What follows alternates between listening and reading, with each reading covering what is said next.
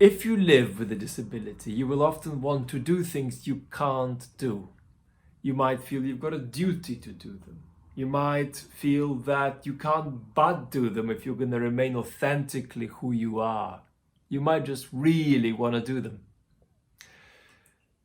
That's a conversation that a disabled person will often have with themselves on a daily basis. Let's look at how that conversation might be had positively as opposed to negatively. Imagine a child asking their parent for something which can't be done because there aren't the tools or there aren't resources for it.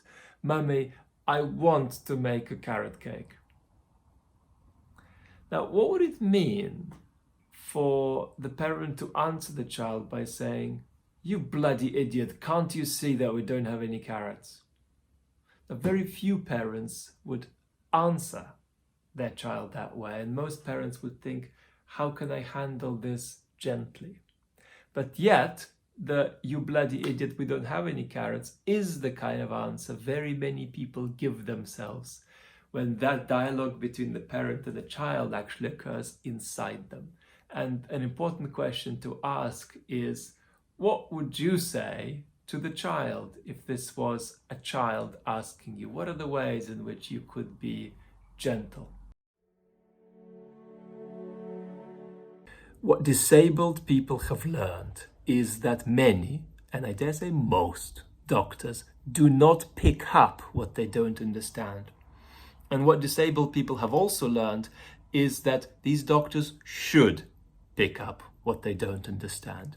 So let's take an example. Imagine a person with a conventional health condition bringing it into the doctor's office, putting it on the table before the doctor and saying, "Have a look at this." The doctor will relate to it like it is a familiar object. Say it's a pumpkin. And the doctor says, "Well, you've brought in this pumpkin. Let's have a look at it and see what's wrong." But then imagine a person with myalgic encephalomyelitis coming into the doctor's office and saying, "Here, I've brought this thing. I've put it on your table. Take a look." And the doctor says, "Well, what is this thing you've brought in?" And the patient says, "Well, I don't know exactly what it is. I know what it's like to have it. I can also tell you it's a little bit like a pear, a little bit like a pumpkin in some ways, but you look." The doctor says, "Yeah, you know, I can see the pear point. I can see the pumpkin point too, perhaps. Of course, you know, you could be wrong. I mean, it's such a mystery, and we don't really know that much about it. It's going to be fascinating when we understand a lot more."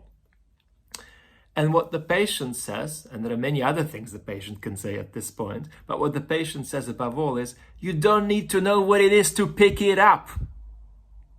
That's an essential and healthy part of the patient-clinician relationship. It doesn't need to be defined as a pear or a pumpkin for you to actually hold it, and holding it say, "Okay, I still don't know what it is, but I'm going to pick it up for you."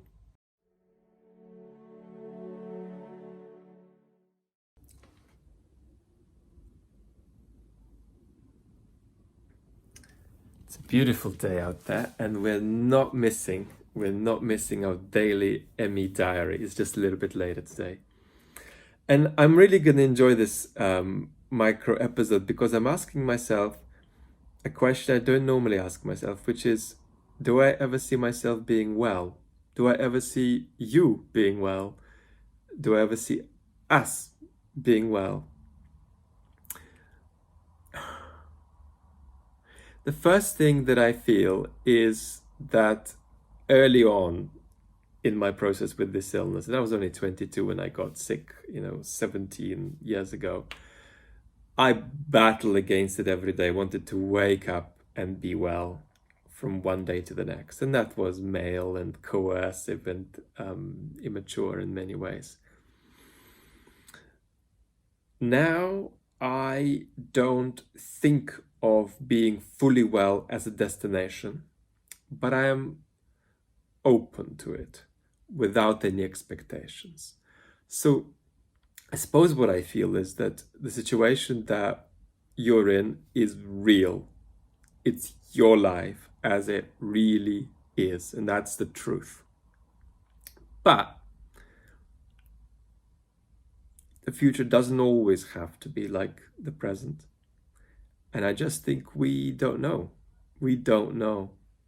And one of the greatest things in life is the possibility to be surprised.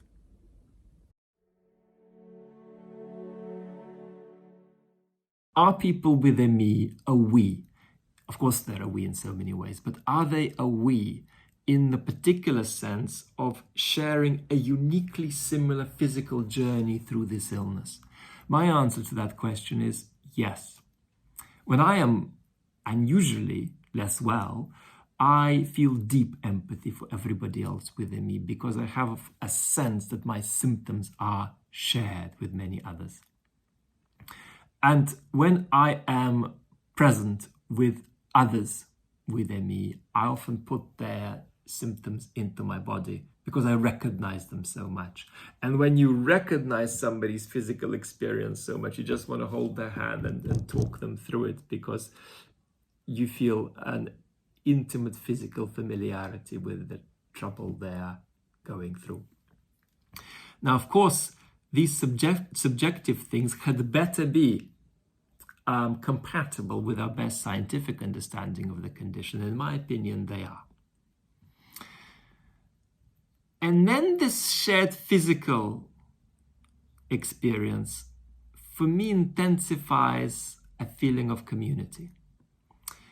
And that's that while, of course, we want everybody in this movement to communicate with the world in a constructive and effective way, politics aside, for me, anybody who has a me, no matter what their view of anything, is unconditionally in. They're in my lifeboat. Their lifeboat is my lifeboat. Their oars are my oars.